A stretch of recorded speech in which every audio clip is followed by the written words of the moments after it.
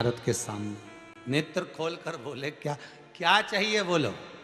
देखिए संबोधन, गरुण घंटी क्यों बजाई जाती है, मंदिर में घंटी क्यों बजाई जाती है, घंटाल क्यों बजाया जाता है, ताली क्यों बजाई जाती है मंदिर के अंदर, कारण क्या है। शंकर के मंदिर में घंटी क्यों बजाई जाती है, शंकर के मंदिर में उस घंटी को क्यों बजाया जाता है, ताली का नाद क्यों करा जाता है, शिव मंदिर में किस लिए करा जाता है। तो लिंग पुराण कहती है कि मंदिर के अंदर या घर के अंदर आप गरुण घंटी जब बजाते हो, घंटी का नाद जब करते हो, तो शिव महापुराण की कथा और लिंग पुराण की कथा, विष्णु पुराण की कथा कहती है मात्र घंटी का नाद कर देने से जितने भूमि पर तीर्थ हैं, जितने साधक साधना कर रहे होते हैं, जितने तप कर रहे होते हैं, जितनी पवित्र नारी स्त्री पतिव्रता धर्म का पालन कर रही होती है, जितने दान पुण्य स्मरण हो रहे होते हैं, उस समय पर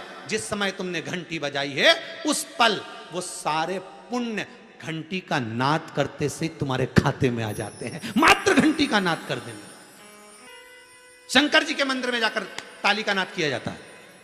ताली का नाद शिव मंदिर में क्यों बजाई जाती है, उसका कारण उस मंदिर में जितने बैठे होंगे, जो भजन कर रहा, तप कर रहा, साधना कर रहा, अभिषेक कर रहा, पूजन कर रहा, 3 बार ताली बजाने से उनका सारा का पुण्य हमारे खाते में 1 सेकंड में आ गया।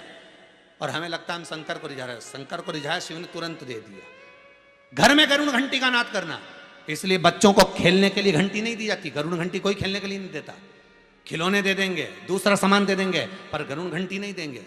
क्यों नहीं देते, क्योंकि गरुण घंटी का जब नाद करा जाता है तो सबका पुण्य हमारे खाते में आ जाता है। कोई साधारण घंटी बजाना पूजन के समय पर, स्मरण के समय पर, भजन के, इसलिए घंटी भी हर कभी नहीं बजाई जाती, समय समय पर। और आपसे भी निवेदन है, मंदिर में भी जाओ ना तो घंटी का नाद करो तो बड़े प्रेम से करो, ऐसा नहीं कि तुम लेट बजाए जाओ बजाए जाओ बजाए जाओ, ऐसा ही नहीं कि लटकी है तो बजाए जाओ। क्या मतलब, वो घंटी को बजाने के लिए आएगी?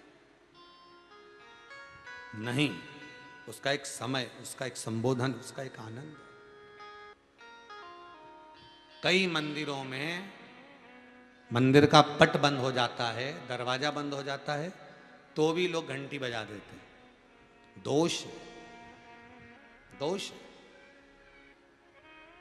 भगवान अगर मंदिर में सो रहे हैं, लिखा हुआ है मंदिर के खुलने का समय इतनी बजे से इतनी बजे तक, मंदिर बंद है तो घंटी नहीं बजना चाहिए। जिस जगह पर ब्राह्मण विद्वान हैं, साधक हैं, संत हैं, साधु हैं, मंदिर अगर बंद होता है तो उसके साथ में घंटी के नीचे के भाग को रस्सी से ऊपर बांध दिया जाता है जिससे बजे ना। क्यों?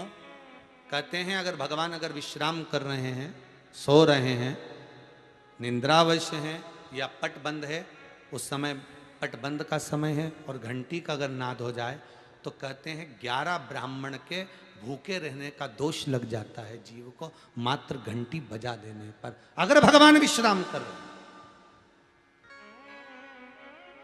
भगवान विश्राम अवस्था में है, पट बंद है, दरवाजा बंद है और लिखा हुआ है समय, मंदिर खुलने का समय 11 बजे से इतनी बजे तक, मंदिर बंद होने का समय इतनी बजे से इतनी बजे तक, और उस बीच में तुमने तो देख लिया कि पट बंद है, तुम तो आ गए, तुमने तो मन में सोचा हम तो इंदौर से आए, हम तो भोपाल से आए, हम तो वहां से आए, हम तो वहां से आए, और भगवान का मंदिर बंद है तो क्या हुआ, हम तो घंटी तो बजाएंगे, तो बजा ले जा।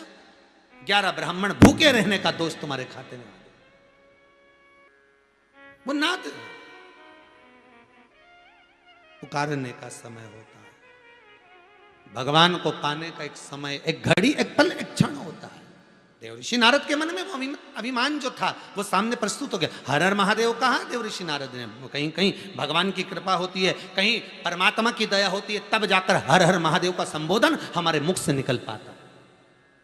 फिर कहूंगा 84 लाख योनियां काटने के बाद मनुष्य की देह मिलती है, और मनुष्य की देह मिलने के बाद भी अगर आप शंकर के भगत हो गए, शंकर के उपासक हो गए, शिव के हो गए, तो फिर कोई जन्म नहीं मिलता, क्योंकि मृत्यु लोक का देव है, देव अधिदेव महादेव मृत्यु लोक का देव है।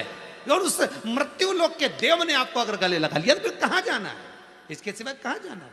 फिर यही, फिर हमें कहीं नहीं जाना, हमें शंकर के सिवा किसी और जगह नहीं, शिव की ही आराधना।